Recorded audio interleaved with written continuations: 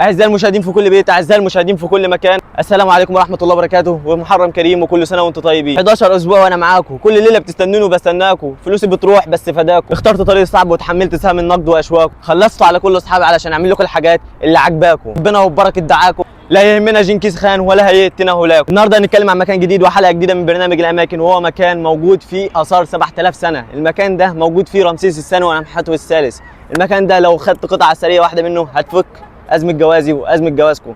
النهارده هنتكلم عن مكان جديد وهو المتحف المصري الكبير، واحنا دلوقتي قدام اول حاجه هتقابلها في المتحف المصري الكبير اول ما تخش من الباب على طول، وهي مسله الملك رمسيس الثاني. المسله دي واحنا دلوقتي قدام اول قطعه اثريه هتلاقيها في ساحه المتحف المصري الكبير، وهي مسلة الملك رمسيس الثاني. المسلة اللي بتزن حوالي 87 طن، ومع قيام وزارة الآثار بنقل المسلة دي اكتشفوا في باطنها حاجة جميلة جدا، وهي إن اسم الملك رمسيس منحوت في باطن المسلة، وده يعتبر من أجمل الاكتشافات اللي اكتشفوها.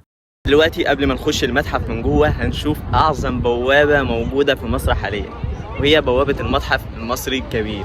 عشان تخش القاعة من جوه هتلاقي البوابات هنا مرسومة على شكل إيه؟ هرم، عشان يحاكوا هرم الاهرامات الثلاثه. وهنشوف حاجه جميله برضو في البوابات وهي هوريها لكم دلوقتي. هتلاقوا هنا يعتبر 3 بوابات للمتحف المصري، هتلاقوا بوابه هنا دي تمام، وهتلاقوا بوابه هناك، وهتلاقوا بوابه برضو هناك تمام، بس البوابه الاشهر للدخول هي دي تمام. هي دي حاجه جميله جدا في الباب، وهي الخراطيش دي، الخراطيش اللي على شكل مستطيل. دي خرطوشه مسبقينها خرطوشه علشان كل شكل فيها بيدل على اسم ملك كان موجود زمان، يعني كل شكل من دول تمام بيدل على اسم ملك كل خرطوشه يعني. وهتلاقوا برضه حاجه جميله جدا، وهي الفتحه اللي ما فيهاش اي رسمه، دي اللي موجود فيها الشمس ده تمام. دي الفتحه اللي بتدخل الشمس على وش الملك رمسيس يوم 25 من كل سنه تمام، زي ما كان موجوده في سقاره زمان. وبرضه دلوقتي هنخش بقى عشان نخش المتحف المصري الكبير، نخش من جوه ونشوف ايه اللي موجود جوه. خليكم معايا يلا بينا. دلوقتي داخل المتحف المصري الكبير من جوه.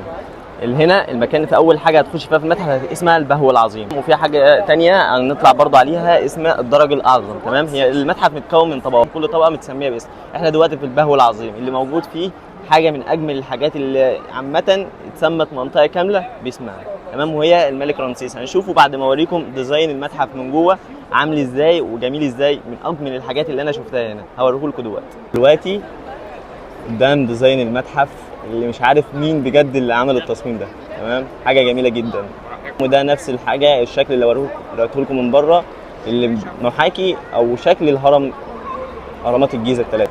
ودي الخراطيش اللي انا قلت لكم عليها اللي موجود عليها كل اسم من اسامي ملك من ملوك مصر اللي حكموا زمان تمام.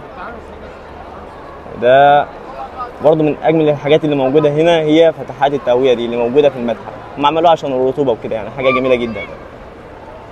شايفين التصميم يا جماعه؟ جميل جدا، والناس كتيره جدا هنا برضه تمام. واحنا دلوقتي قدام الجمدان كله، هو تمثال الملك رمسيس الثاني. واحنا دلوقتي قدام اول قطعه اثريه هتلاقيها داخل المتحف المصري الكبير من جوه، هو تمثال الملك رمسيس، التمثال اللي اتسمت منطقه كامله باسمه، وهو ميدان رمسيس، واللي كان في الاول اسمه ميدان باب الحديد قبل ما يحطوا تمثال الملك رمسيس فيه. وكان من خطط وزاره الاثار ان هم يحطوا تمثال الملك رمسيس ده داخل المتحف المصري الكبير كعرض أول للزوار أول ما يدخلوا المتحف المصري. وأنا دلوقتي هسيبكم تشوفوا التفاصيل المنحوتة على جسم التمثال، وتشوفوا براعة المصريين في النحت زمان.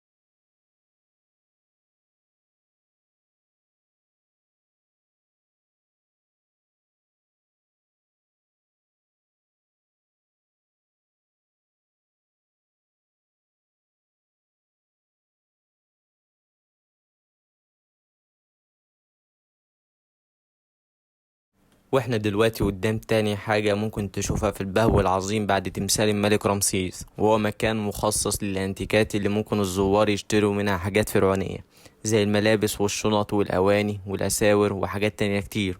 ومتاح هناك برضو ليك ان انت ممكن تكتب اسمك بالفرعوني على ورق برضي. معاه بصراحة المتحف من جوه جامد جدا جدا جدا، وبرضه فكرة ان انت تكتب اسمك بالفرعوني دي جميلة جدا برضه. وتكملة للمتحف او الجزء التحتاني من المتحف اللي هو البهو العظيم، عاملين جزء تاني من المتحف، هو هوريكم دلوقتي موجود فيه ايه. فكرة الجزء التاني من المتحف او المكان المخصص كامل، عاملين مبنى كامل لمراكب خوفو الشمسية. هوريها لكم دلوقتي. المراكب دي هي ما زالت موجودة لحد دلوقتي، الخشب لسه ما زال موجود لحد دلوقتي وما زال بنفس جماله اللي كان موجود زمان. هوريها لكم دلوقتي.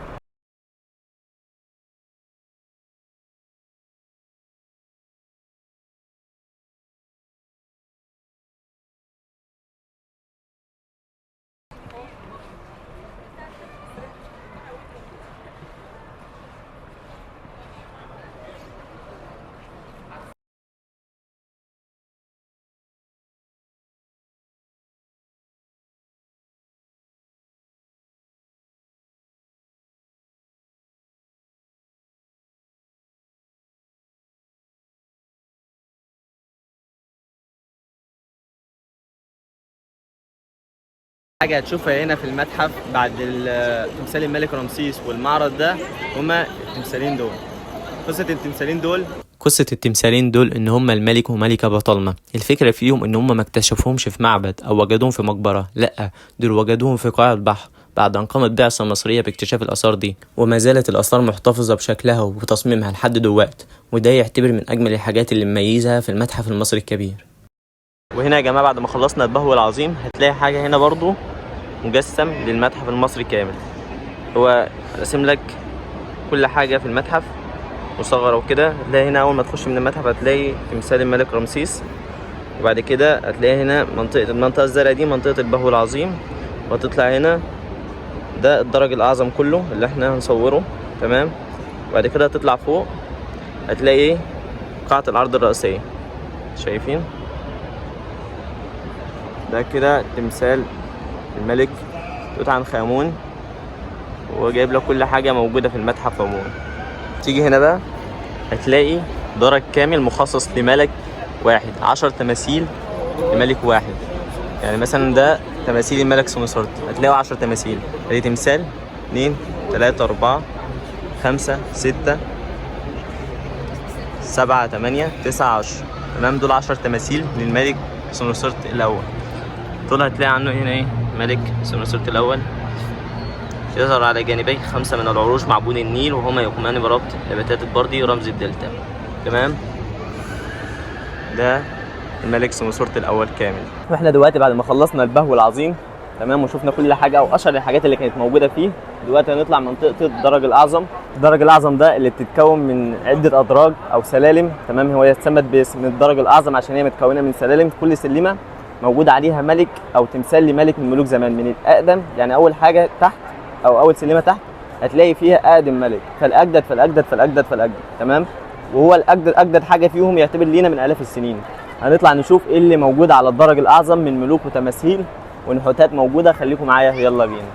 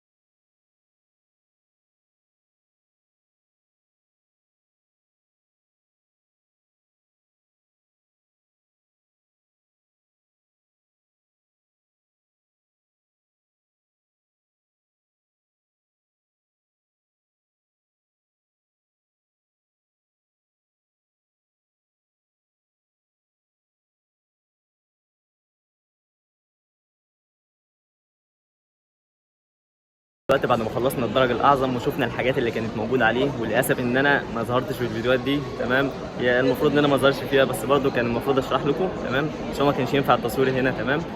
دلوقتي هعرض لكم حاجه موجوده قبل ما نخش قاعات العرض الرئيسيه اللي موجود فيها 24000 قطعه اثريه. هعرض لكم حاجه دلوقتي هنا عاملينها كشكل بالنوراني، اوريكم دلوقتي.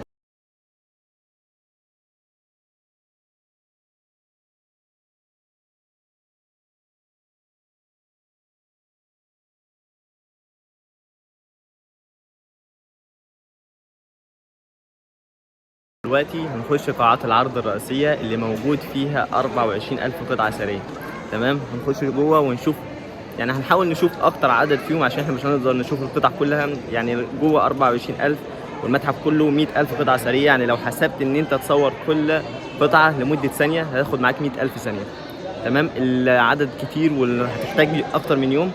هسيب لكم هنا هتحتاج كام ساعة علشان نقدر نشوف كل قطعة أثرية.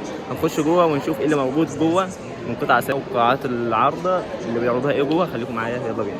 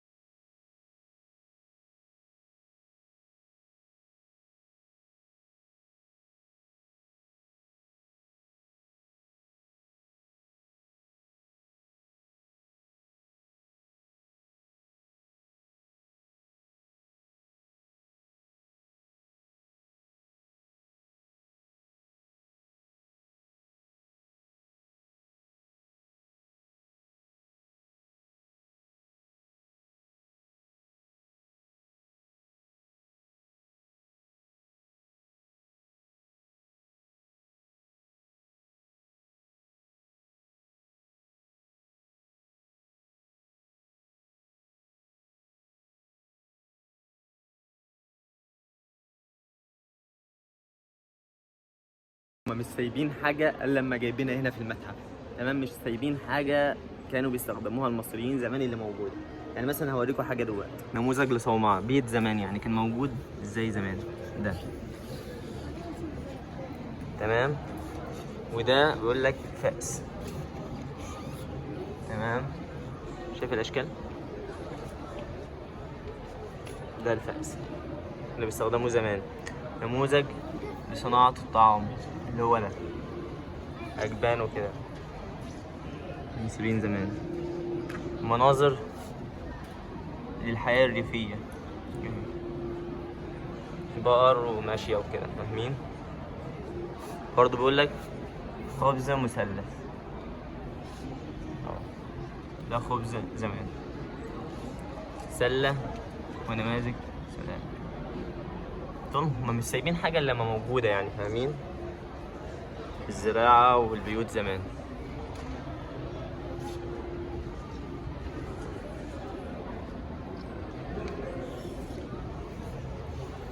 ودي الأواني بتاع زمان، وده للصيد وكده. دلوقتي هنخش على قاعة الملك توت عنخ آمون اللي موجود فيها 5000 قطعة أثرية.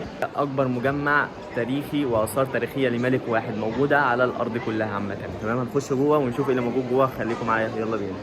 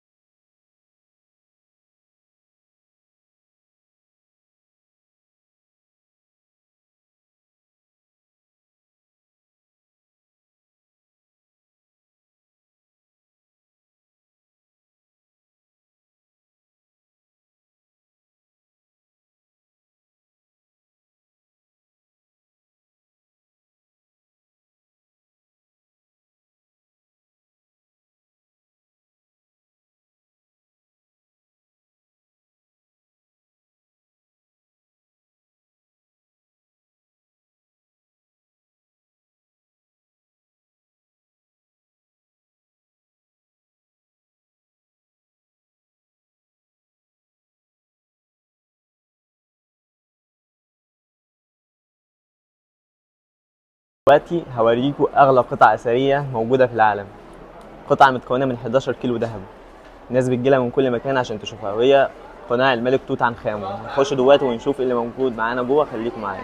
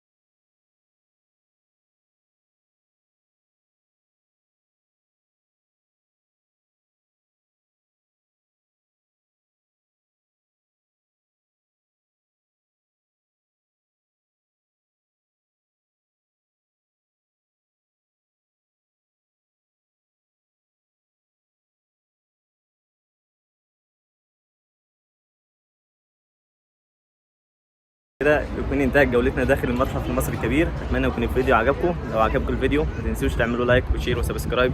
يلا سلام.